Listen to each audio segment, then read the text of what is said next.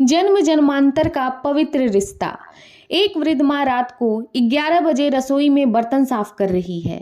घर में दो बहुएं हैं जो बर्तनों की आवाज़ से परेशान होकर अपने पतियों से सास को डांटने को कहती हैं।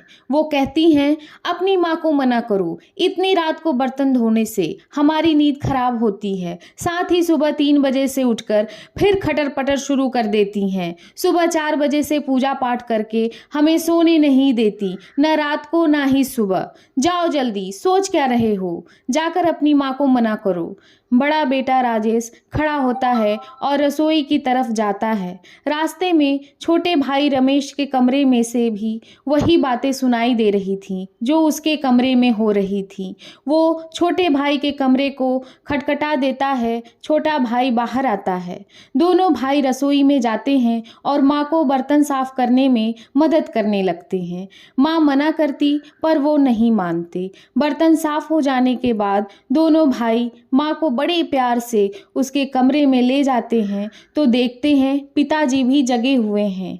माँ को बिस्तर पर बैठाकर दोनों अपने माँ बाप के पैर दबाने लगते हैं और कहते हैं, माँ सुबह जल्दी उठा देना, हमें भी पूजा करनी है और सुबह पिताजी के साथ योगा भी करेंगे।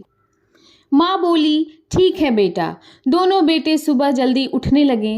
रात को 9 बजे ही बर्तन मांजने लगे तो पत्नियां बोली, माताजी बर्तन साफ करती तो हैं, आप क्यों कर रहे हो? तो बेटे बोले, हम लोगों की शादी करने के पीछे एक कारण यह भी था कि माँ को आराम मिलेगा काम से, पर तुम लोग ये काम नहीं कर रही हो। कोई बात नहीं, हम अपनी माँ की सहायता कर देते हैं, हमारी तो माँ है, इसमें क्या बुराई है। अगले 3 दिनों में घर में पूरा बदलाव आ गया। बहुएं जल्दी बर्तन इसलिए साफ करने लगी कि नहीं तो उनके पति बर्तन साफ करने लगेंगे। साथ ही सुबह वो भी पतियों के साथ ही उठने लगी और पूजा आरती में शामिल होने लगी।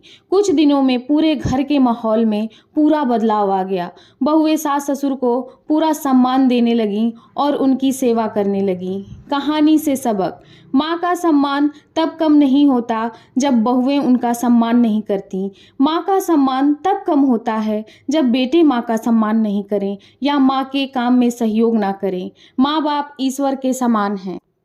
आपको मेरी कहानी अच्छी लगी हो तो लाइक और शेयर करें। चैनल को अभी तक सब्सक्राइब नहीं किया है तो सब्सक्राइब कर लें।